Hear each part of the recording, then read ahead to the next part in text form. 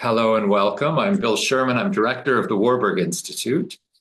And I'm really thrilled on behalf of Greg Perry, the CEO at the Association for Art History, to welcome you to our latest curatorial conversation. As you may know by now, this is a series that we started at the Warburg back in 2018 to discuss curatorial agendas, lessons learned, behind the scenes sneak previews, that kind of thing, with specific exhibition projects and much bigger projects like entire museum rehangs, renovations, etc. We've had a really great run through the years, and it's been really nice to build up this series of conversations. Over the last year, we've been joining forces with Greg and his colleagues at the AAH, and we're very happy to be bringing the Warburg community and the AAH community into the same Zoom space. We had a very interesting first presentation about the Van de Veldes at the Queen's House, where we heard about the challenges of planning a temporary exhibition around a permanent collection in a grade 1 listed building during COVID. So that was quite an interesting set of challenges to hear about, but it was perhaps surpassed by our last curatorial conversation, which was about Victorian radicals in Birmingham, where they brought a touring collection home to a closed building in an institution funded by a city council that had declared bankruptcy. So another pretty impressive set of issues to be discussed for the brave and brilliant curators in Birmingham. Today, we have a very special third curatorial conversation, and I'm delighted and honored to welcome Ian Wardropper, director of the Frick Collection, and the man behind the most eagerly anticipated museum transformation project, perhaps on either side of the Atlantic. So I'm really happy, Ian, to have you here, and I'm going to hand over Greg for his own welcome. And then very much looking forward to getting a sneak preview of the work going on behind the scenes in New York. So Greg, over to you. And congratulations on your own construction. Thank you so much, Ian. Yeah, for those of you who don't know, I have a special interest in the subject of building launches, because today we had the press preview for next week's reopening of the Warburg Institute in our own renewed and expanded form. So yeah, thank you very much, Ian. Greg. Sure. Thanks, Bill.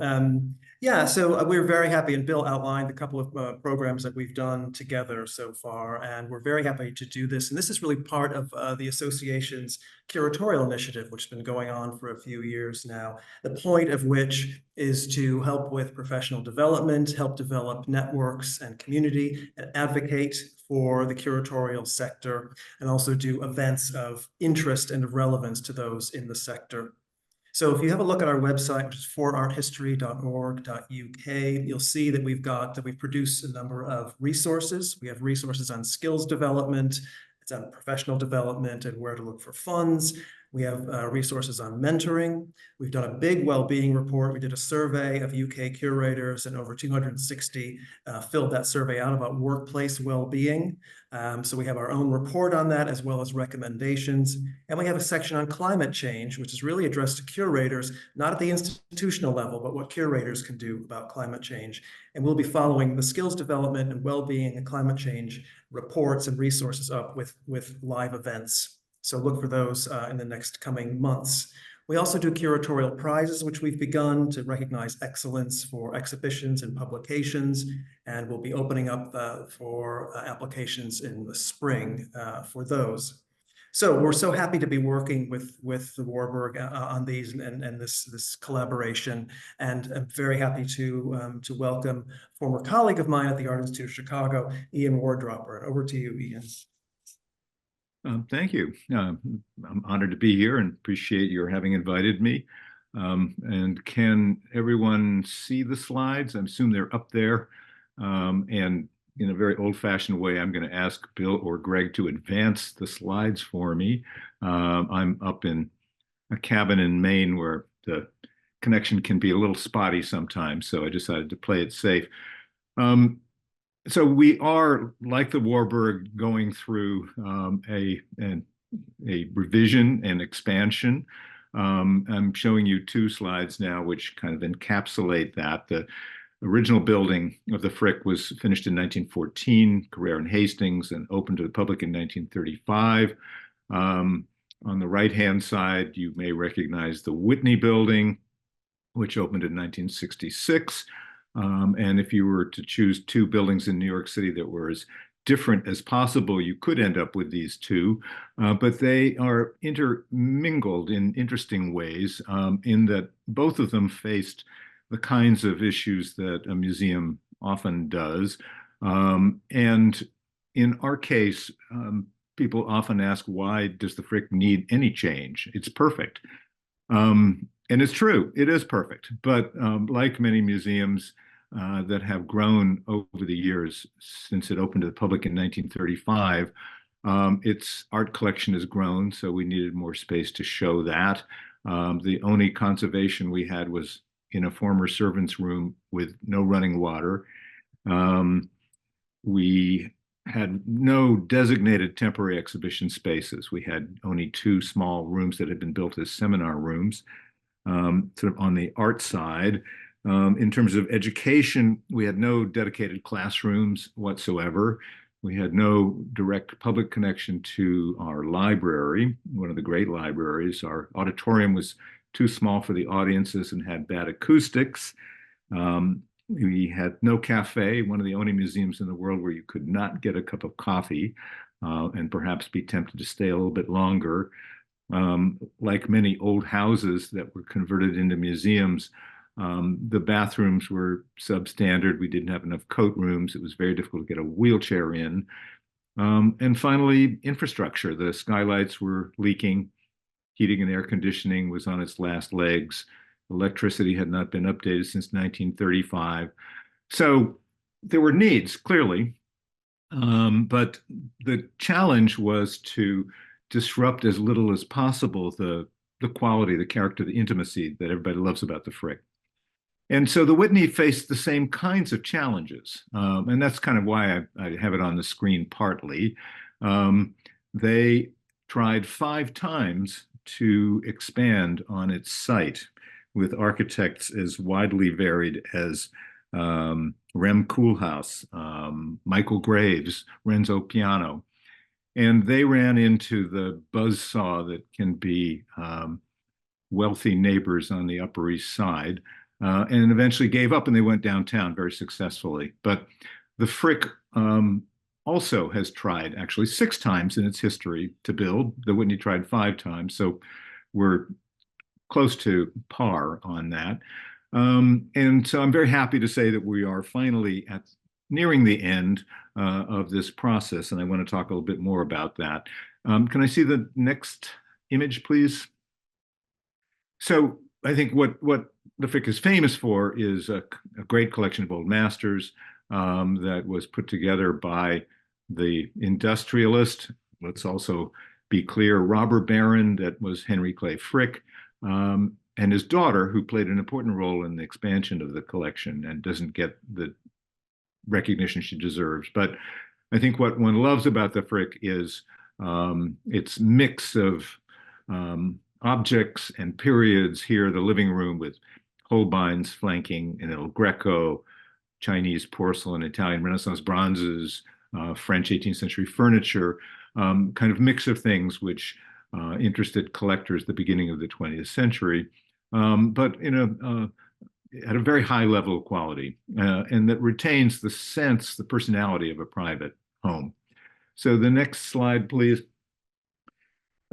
We had to move.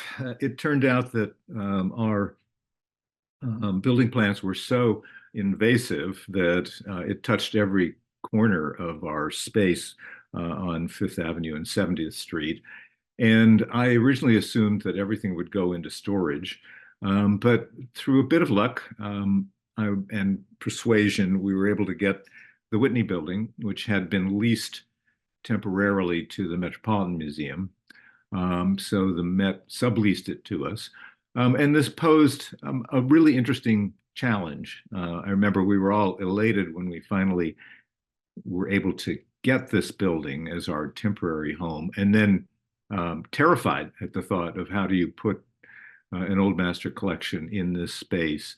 And this is one of my favorite images of why I think it was successful. It forced our curators to really rethink how the collection is presented. And in this case, our great Bellini, St. Francis in the Desert, was given a kind of private chapel, but using one of Marcel Breuer's trapezoidal windows in, I think, a very effective way in terms of how it, in a sense, extends the meaning and the perspective of the Renaissance painting. So this forced us to kind of rethink our collection. And the good thing is it also made our audience rethink us. What is the Frick? What can we be? So the next slide, please.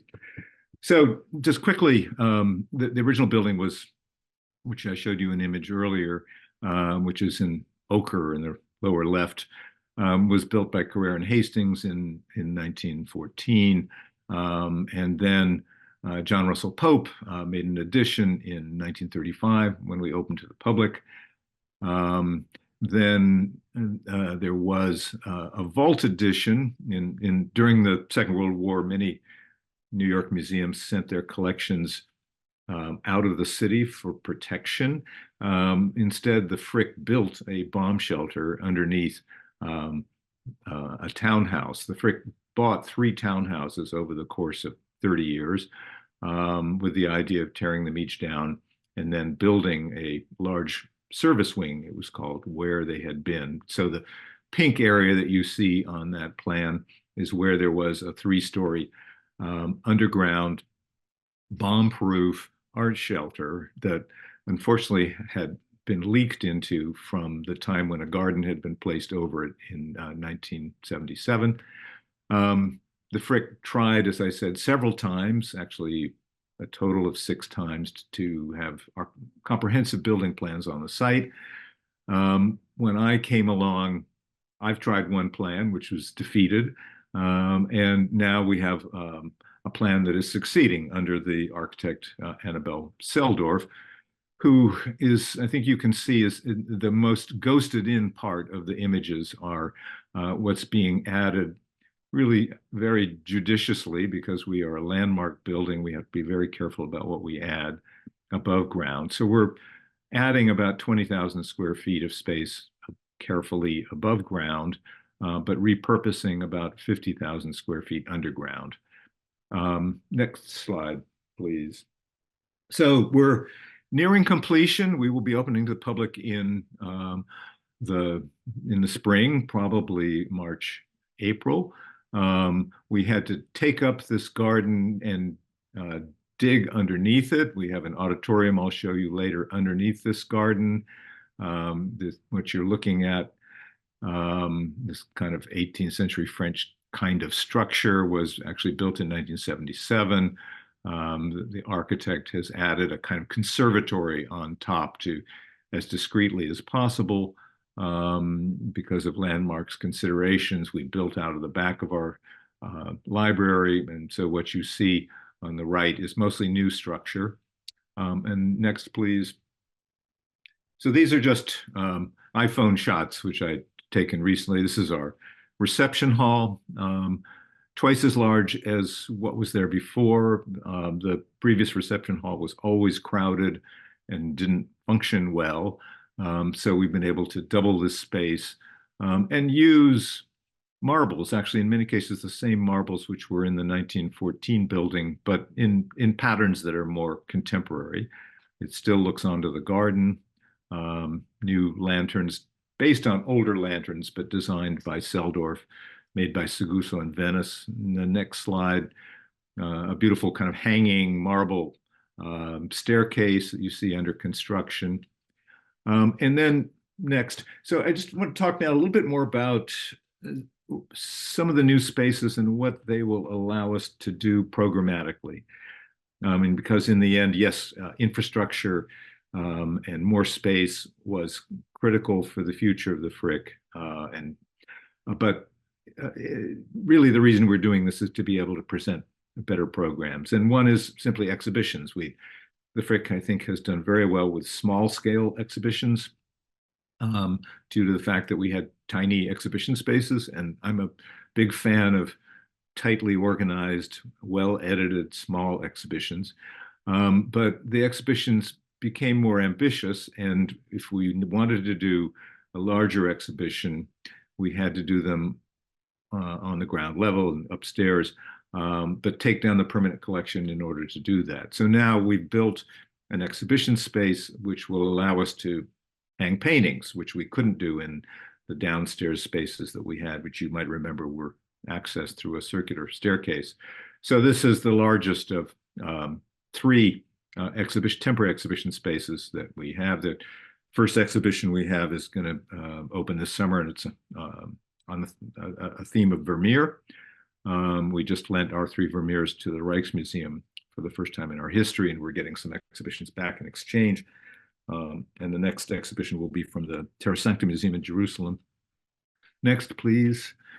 So I was saying that our exhibitions have become more ambitious over time. So we did an exhibition called, what was it called? It was Van Dyck, The Anatomy of Portraiture.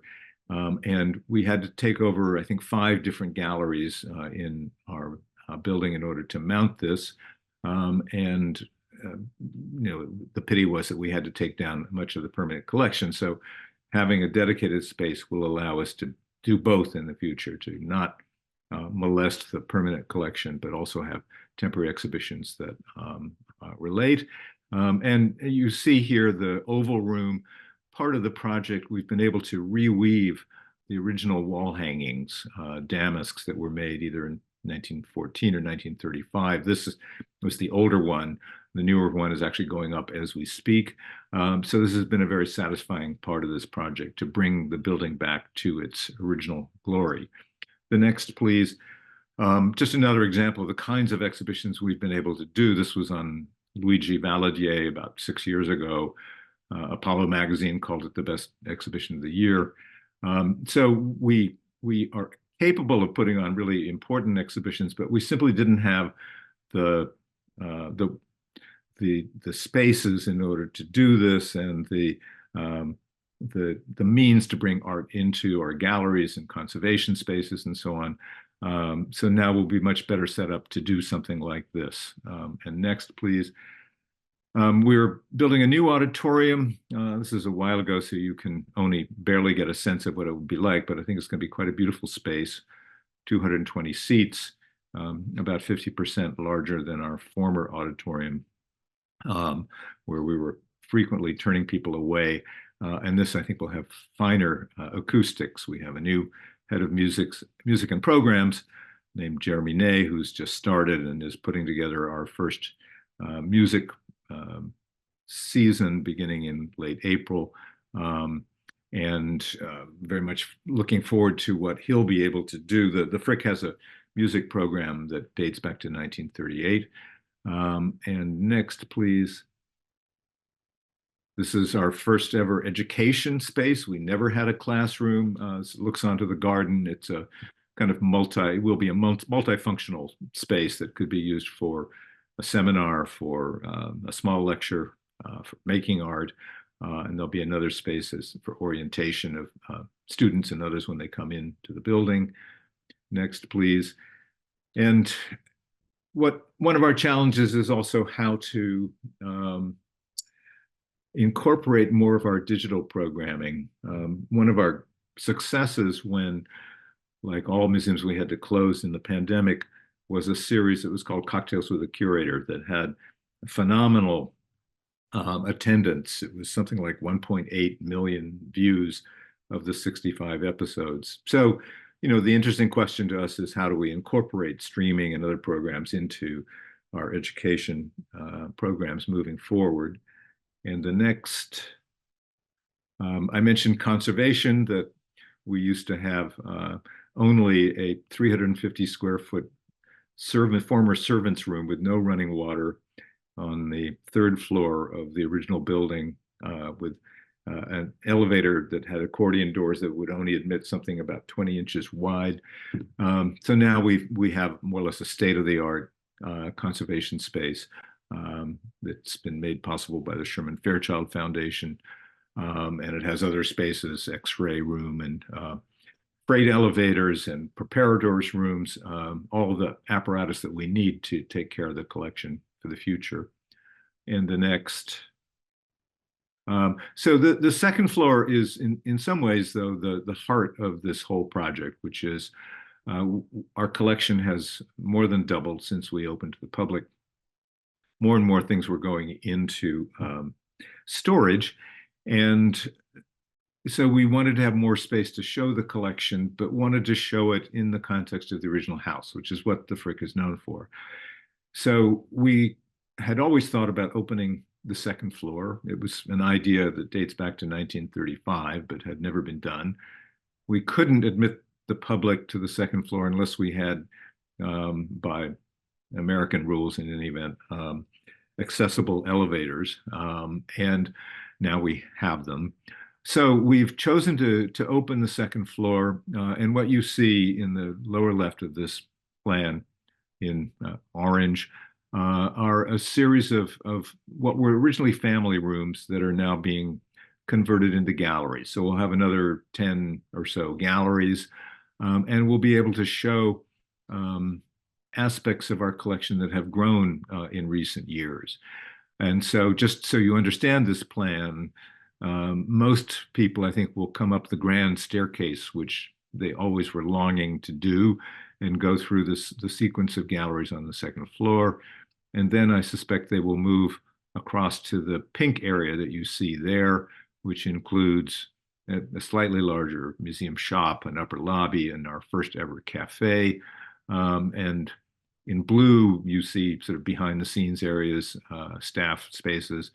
And in green, you see the library, which I will turn to soon. So this gives you some idea. And then I'm just going to show you a few of these spaces, which are just underway right now. The next, please.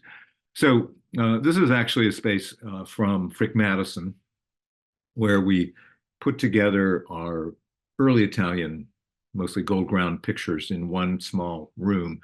And we'd never done that before, where we have 4 Pier della Francescas, a Cimabue, a Duccio, and we liked the kind of compact power of this space. So we've decided to do it again on the second floor. It'll go back into what was Helen Clay Frick's bedroom, Frick's daughter. She was the one actually responsible for bringing most of these pictures into the Frick collection, so it's appropriate that it be in her room. So this is an example of how we've taken some lessons from our temporary home and brought them back to our permanent home. And next, please. We're being given the Sure Medals collections. Everyone would acknowledge the finest private collection of commemorative medals in the world. And we're going to get about 800 of them. So this is what you're seeing has not been lit and not finished, but we'll be showing a collection of medals, probably 120 in the first iteration. We have a new fellowship program for people to come and study medals or to do symposia and so on. So we will be doing more with this. And next, please. We've been given collections of ceramics, really the finest collection of Dupaquier porcelain from the Sullivan collection. It's just an array of them in what used to be my closets where I would keep coats and Diet Dr. Pepper. And the next, please.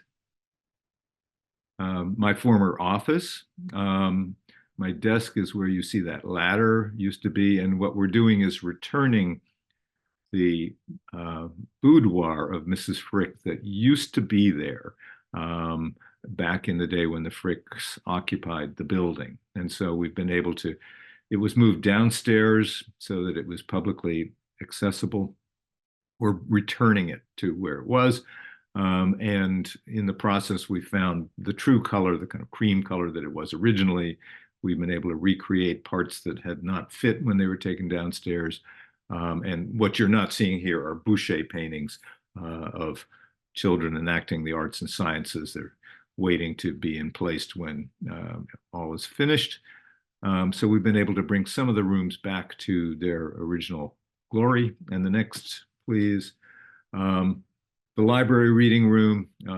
We have one of the great art reference libraries, as I'm sure you all know, and it's 400,000 volumes had to be shipped upstate, and they're now ready to be returned to the library. And the last slide, please. And this is just a view from the conservation lab to the reading room. On the left is Annabelle Seldorf, our current architect, a kind of clean modernist architect, in, I think, a respectful dialogue with her predecessor architect, John Russell Pope, building of 1935, which I think summarizes the kind of balance that we've tried to achieve in adding the new but respecting the old. So I've run through this fairly quickly, and don't know, Bill or Greg, if you have questions for me or the audience does.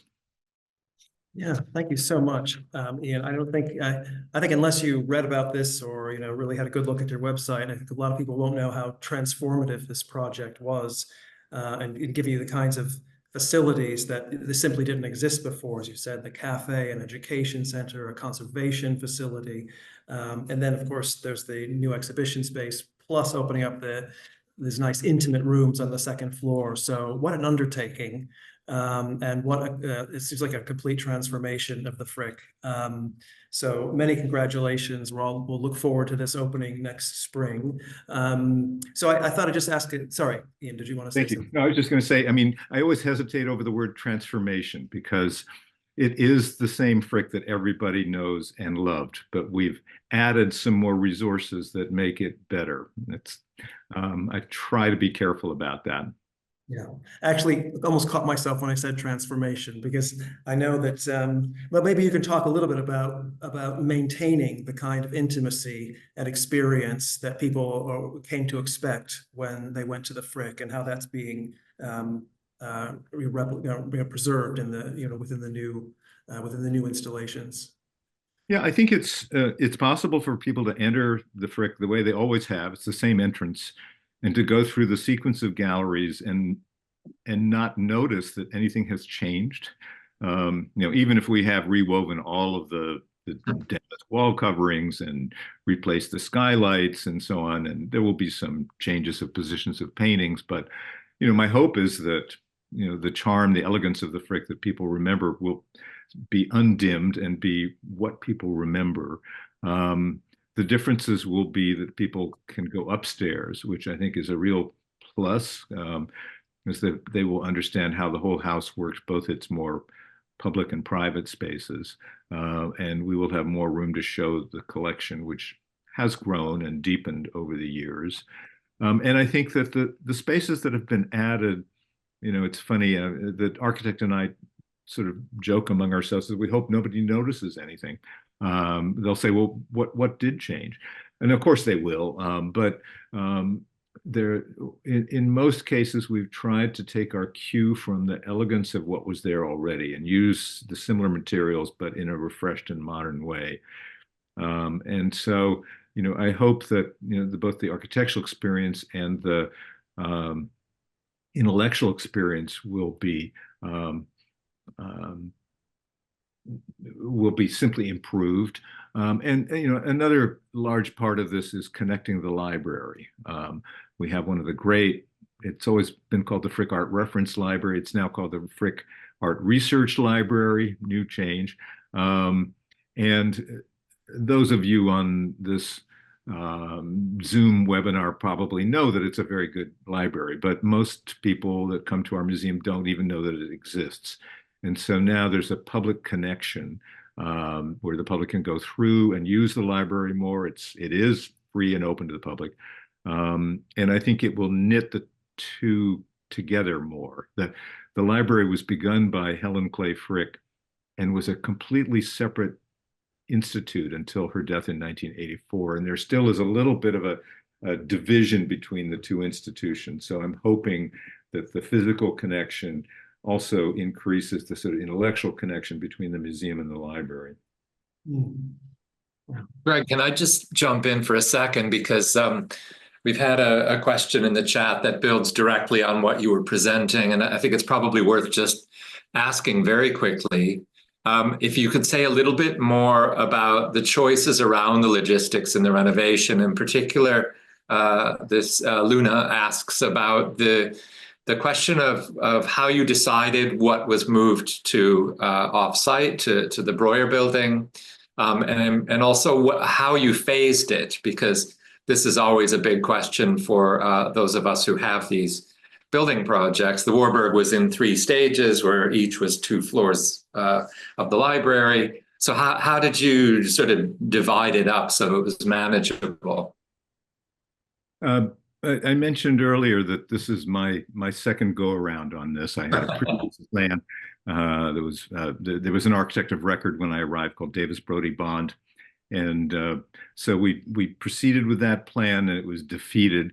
But one of the virtues of that plan was that we would not have had to close. It would have built on the space where there were 3 former townhouses, and essentially adjacent space. This plan we had to move. It just became clear very early on, and we had to move everything, as I said. So I may not have been clear, but the beauty of the Whitney building was it's 5 blocks away, for one thing. It's a purpose-built museum, and we could move the entire collection there under our security systems and climate systems. So, not only do we have the challenge of reinstalling the collection in a brutalist building, and we learned very quickly you just can't fight brutalism, but we were able to bring the entire staff there, have the entire collection, either on view or in storage, and maintain photography conservation and things like that. So I'm not sure if that completely answers the. Oh, that answers it well. And if you don't mind, Greg, someone asked exactly as you were talking about, or reminding us of how many unsuccessful schemes or unapproved schemes. They may have been successful, but they were not approved. They simply asked why you think this one was successful. What was it that got it through? Well, some of the previous schemes failed for economic reasons. One of them was proposed in 1975, which was a very bad year economically in the United States. It's a famous headline in the Post. Ford to City dropped dead when the federal government refused to bail out New York City that was nearly bankrupt. And that's when one of these plans was put forward, and the Frick just chickened out and said, we just can't do that. Fair enough. Another one was in 2008, which was another bad year. In some cases, a director left.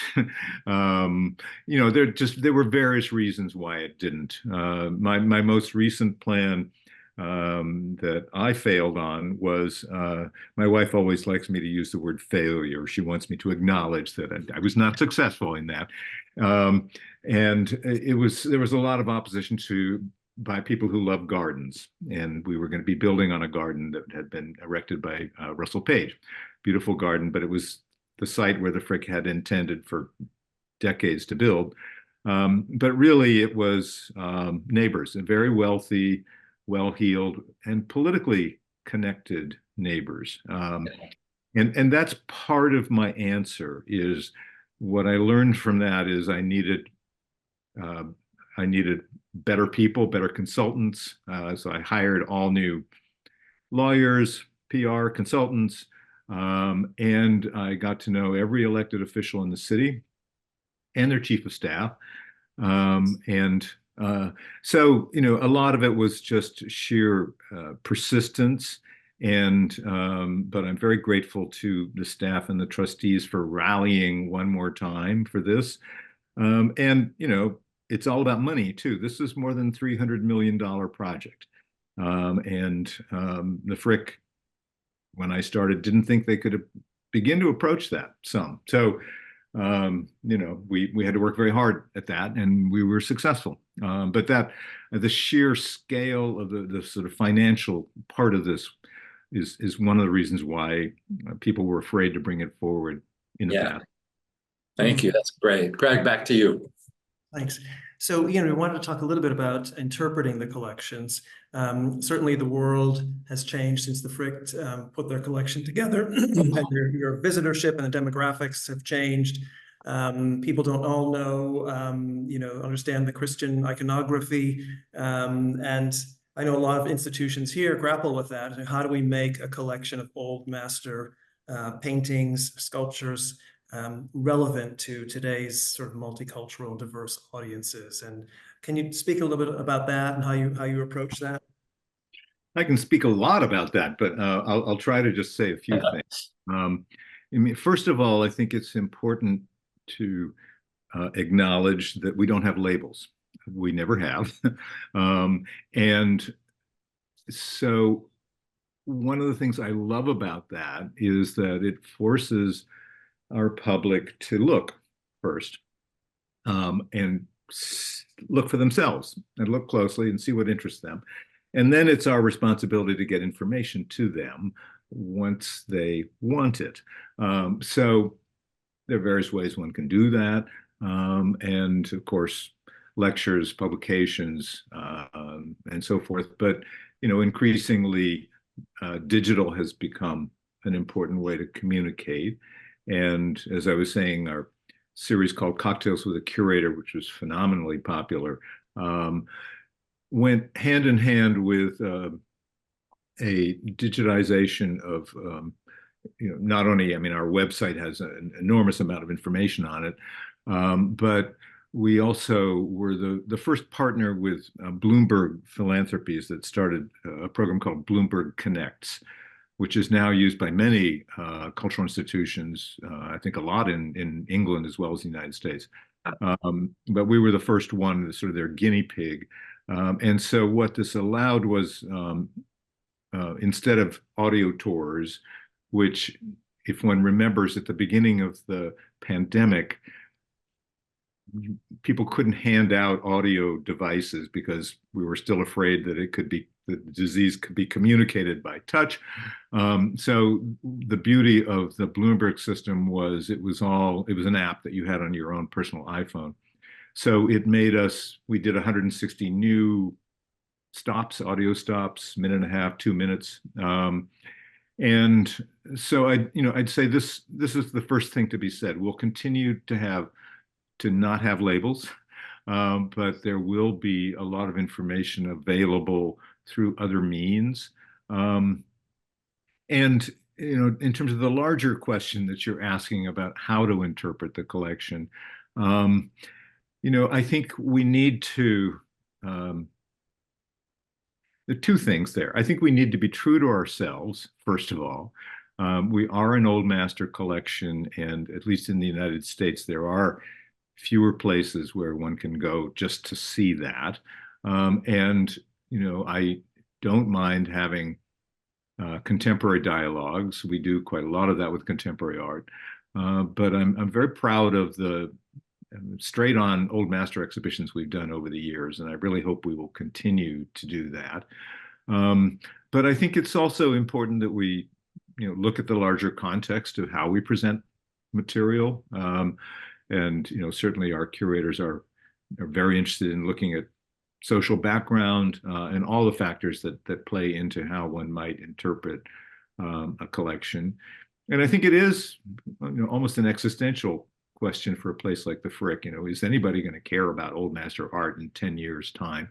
And will younger people care? And so we've done a number of programs. I mean, one of my favorites is with an organization called the Ghetto Film School, in which it started with, I think there's now one in London as well as Los Angeles and New York, but it started with a Bronx, New York high school that taught filmmaking. And these were young kids most of whom had never been in a museum before, and they would come to the Frick over the course of the year and make a film inspired by something at the Frick. And the hook for them was they began to see that the old masters in a painting could tell a story, and they used line and color and composition to do that. And then as these young 17-year-old kids were thinking about how to make their own films, they began to realize they could learn from the example of the old masters. And so we're now in, I think, our 9th or 10th year with them. And so it's just an example, I think, of how one can be creative and trying to reach a younger audience and find a way to make old masters relevant to them, worth pursuing.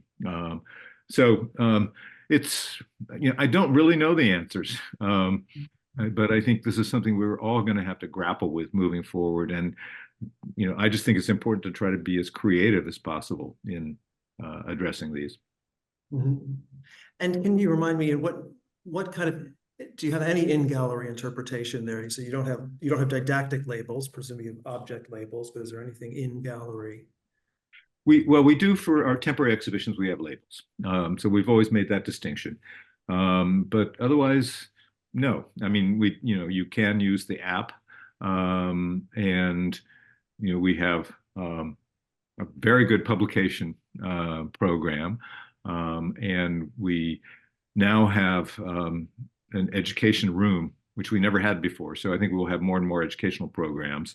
We have tours, but I mean, the other thing is we also discourage people from taking cell phone pictures in the galleries, which can be a bit of a problem with a younger audience, because this is in many cases how and let's face it, even old geezers like me communicate, sending a picture to somebody.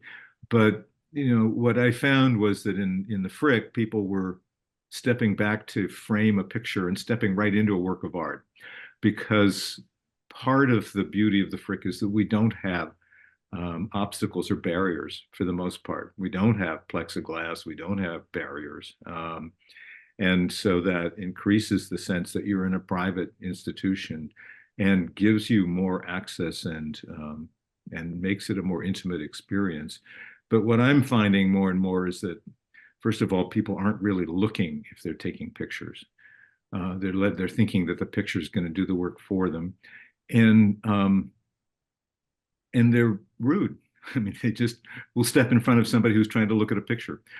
So we don't allow photography in the galleries because of the preservation of the works of art. But for other reasons, I'm sort of happy that we don't do it too. Mm-hmm. Yeah, that must, and as you said, with the expectation not just of younger people, but of older people as well, to take a photo now. And, yeah. We let them take a picture in the garden court. I mean, there are places where they can, where if you just have to take your picture, you can get that accomplished. Yeah. And my successor may change the policy. Who knows? But mm-hmm. So you mentioned the people that you had to get to know to help to get this project through. Were you also meeting with? Did you have consultation with people in the community, or potential or regular visitors when embarking on this project? Yes and no. I mean, I would say we certainly we listen to our audience. We conduct more surveys than we used to. I mean, the Frick, let's face it, was very old guard, and my job, I think, has been to try to bring it into the 20th century, not let alone the 21st century. And so there were no surveys, there were no sort of audience ways of looking at audience. So we do more of that now, and our education department is keenly interested in learning more from its audience, what kinds of programs will be of interest.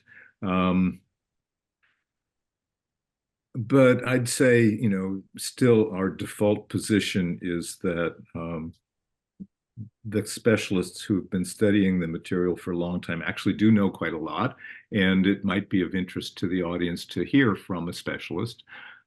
So, I know that's a very old guard frame of reference, but I'd say for now, and that is changing for sure. I mean, we have an education department that is much more attuned to society than I am, which is why it's time for me to leave. So, it's 14 years. It's time for somebody new to come along and fully accept that.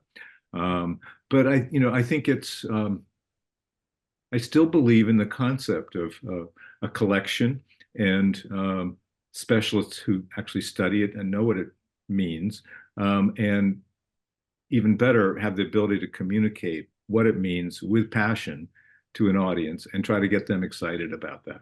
Mhm. Well, you say, you do surveys, so obviously your audiences aren't clamoring to have the labels in because you're being responsive to your audiences. And so they're not asking for a different sort of experience. They go to the Frick, I guess, expecting that it's a different sort of experience that they might get at other museums and galleries.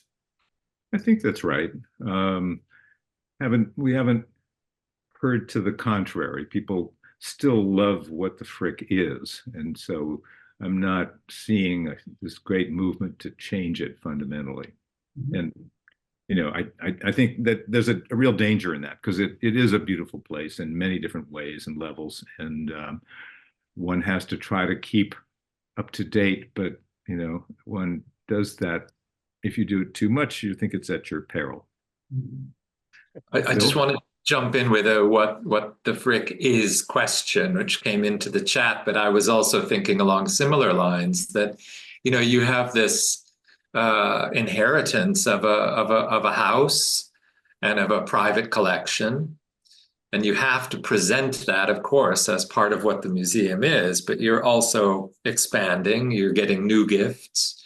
It'd be interesting to hear if you have acquisitions strategies or ways of complementing what you already have. And so did that figure in this project in any discernible way, that expansion from private collection house into something bigger and broader and future facing? It is an interesting question. What is the Frick and Yeah. what's its collection, and how do you add to it? You can't really add to it unless you really know what it is in the first place. And so, Henry Clay Frick begins, as many people did in the 1890s, collecting American art and contemporary art. For 20 years, that's what he collected. And then he moves to New York, 1905, and he starts competing with Isabella Stewart Gardner and Widener and Altman and Huntington, and he shifts to old masters, and he really looks for the best. He's one of the wealthiest men in the world at that point, but he's been collecting for 20 years, so he actually knows what he's doing. And he collects very well. He dies in 1919, and his daughter Helen Clay then becomes the head of the acquisitions committee for 40 years. So what comes into the Frick, and she starts buying things that Frick wouldn't buy. He didn't buy religious pictures much, for example. It didn't interest him. But he didn't buy very many early Italian Renaissance pictures for obvious reasons. She does. So she improves, deepens the collections in certain areas that he didn't. But she also shuts down certain areas that he started collecting, Impressionism, for example, and she purged the collection of Cézanne, Gauguin, others.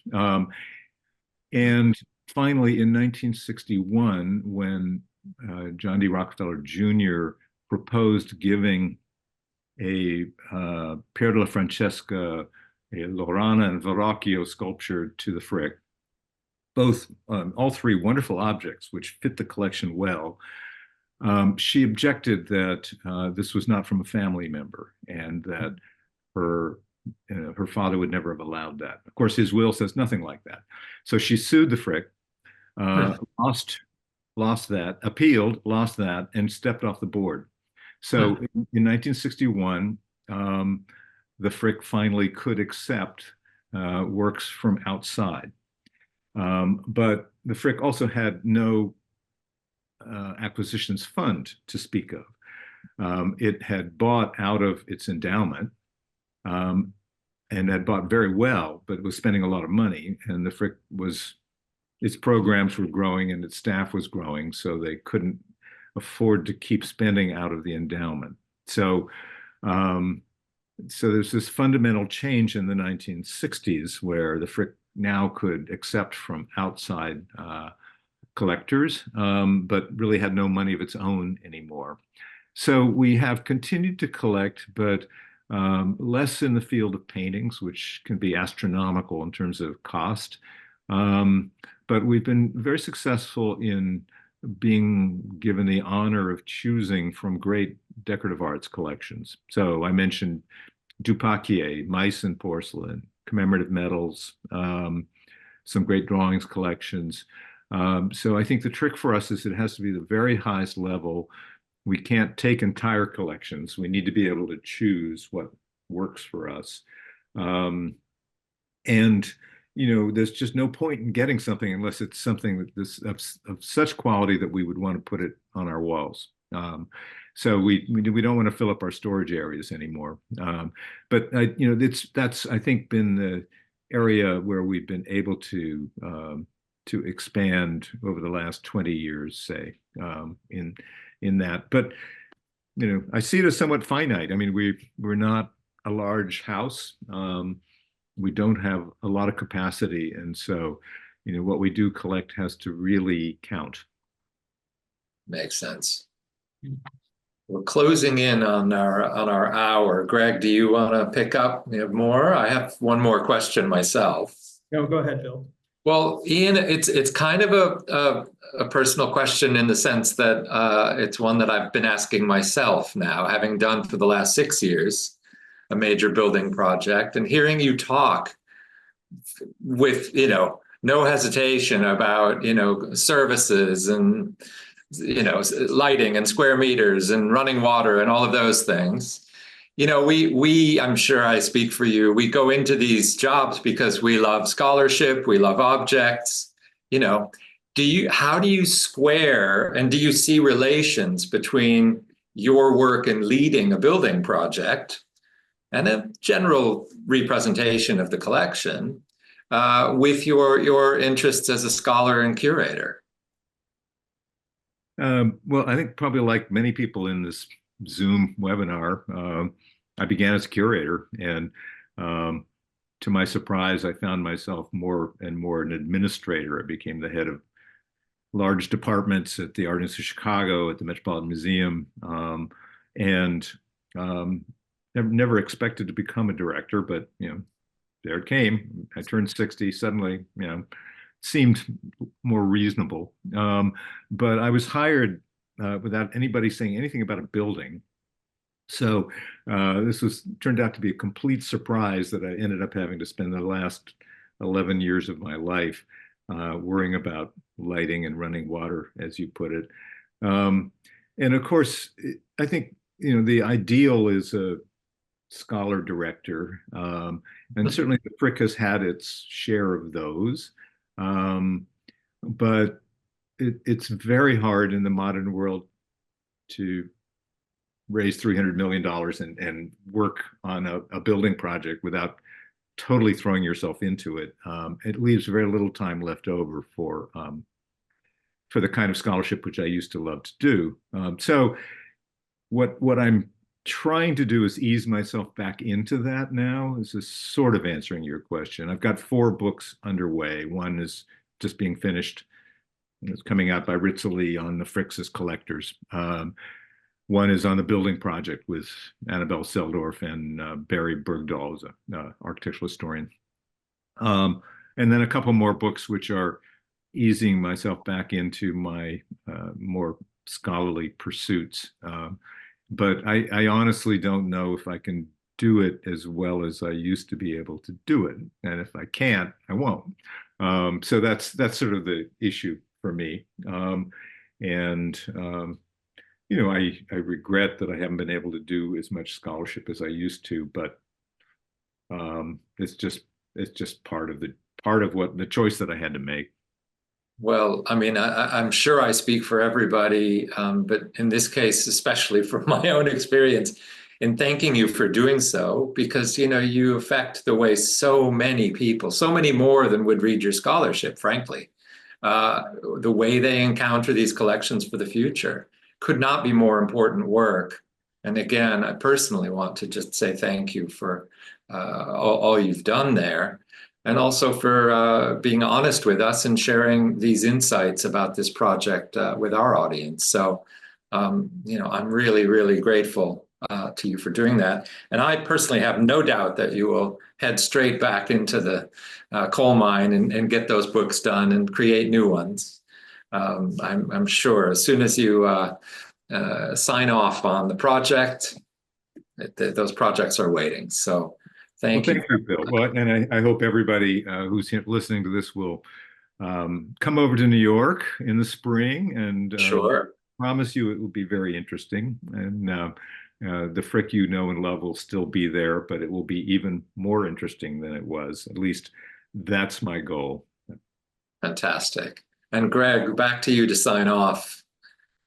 Oh, just to thank everyone for joining us today, and also to let you know that we'll be doing a program with the National Gallery and the National Portrait Gallery. It's an in-person program, very much on this topic. It's about reinvention and redisplay of collections, and we'll be doing it with those two organizations, as well as about half a dozen other museums and galleries who'll be talking about their reinterpretation, their reinstallations of their collections. And that's coming up on October 22nd. That's a half-day session. And it'll be followed by a tour of the National Gallery. So we'll have curators from all of those organizations talking. So if you're interested in this kind of thing, please do have a look and join us then. Terrific. I'm sure there will be. Well, thanks to both of you. And again, as usual, thanks to everybody out there in the Zoom room. And come next time. Greg and I are cooking up all sorts of future conversations. But Ian, in the meantime, best of luck with the remaining work. It looks spectacular. I can't wait to see it. So thank you. Thank you. Again, congratulations to you on your own project. Thanks so much. Thank you. All right, everybody. All the best.